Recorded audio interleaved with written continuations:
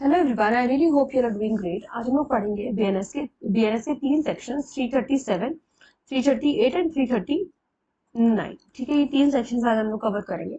Section number 337 talks about forgery of record of court और of public register etcetera. अब यहाँ पर forgery किसके लिए हो रही है? कोर्ट के रिकॉर्ड की फोर्जरी हो रही है या पब्लिक रजिस्टर या एक्सेट्रा और भी चीजें दे रखी है जिसकी फोर्जरी हो सकती है।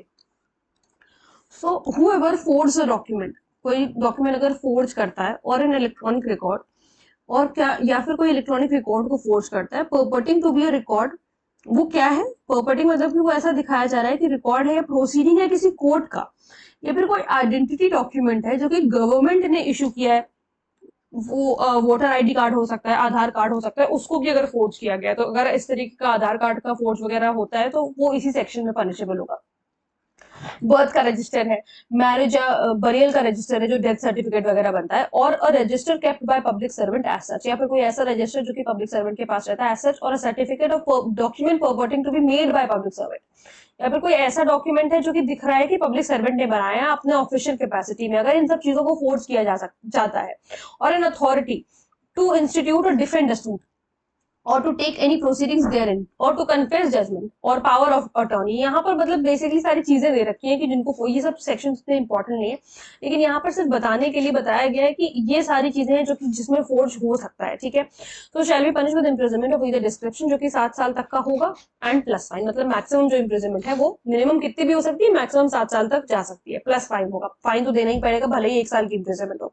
एक्सप्लेनेशन में ये बताया गया for the purpose of this section, register में क्या क्या क्या आएगा? रजिस्टर इंक्लूड्स कोई लिस्ट, कोई डेटा, कोई रिकॉर्ड में अगर कोई एंट्रीज मेंशन थी उसको अगर हटा करके कुछ किया गया in the electronic form as defined in clause R of subsection 1 of section 2 of the information technology act 2000। अच्छा, इन सब चीजों से यहाँ से सवाल जो है पूछे जाते हैं इस तरीके एक्सप्लेनेशन से कि जो रजिस्टर बताया गया उस रजिस्टर का क्या मतलब है, कौन से सेक्शन में का कौन से एक्ट में डिफाइंड है, तो ये आपको ध्यान रखना है। अब आते हैं सेक्शन नंबर 338 पे। Section number 338 says forgery of valuable security, या कोई विल या एक्सेट्रा। ठीक है, वैल्यूएबल सिक्योरिटी क्या होता है पता ही है।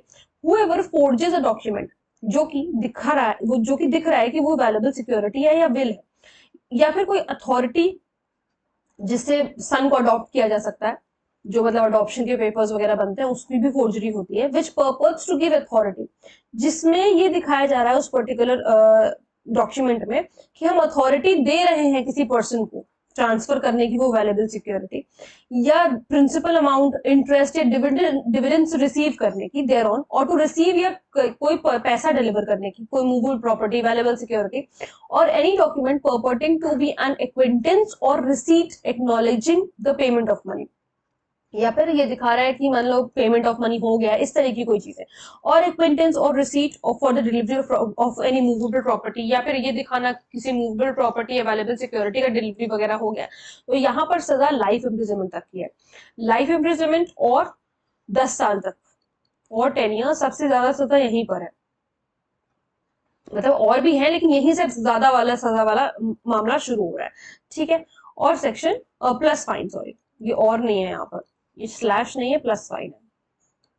अब आओ सेक्शन नंबर 339 पे, तो कह रहा है having possession of document describe in section 337, जो ऊपर के हमने दो सेक्शंस पढ़े 337 और 338, knowing it to be forged and intending to be use it as genuine। कह रहा है आपके पास एक ऐसे डॉक्यूमेंट का पोजेशन है जो कि हमने 337 338 में बताया, और आपको पता है कि वो फोर्ज्ड है, उसके बाद भी आप उसे एज अ जेन्युइन डॉक्यूमेंट की तरह यूज करने जा रहे हो, तो क्या सजा है?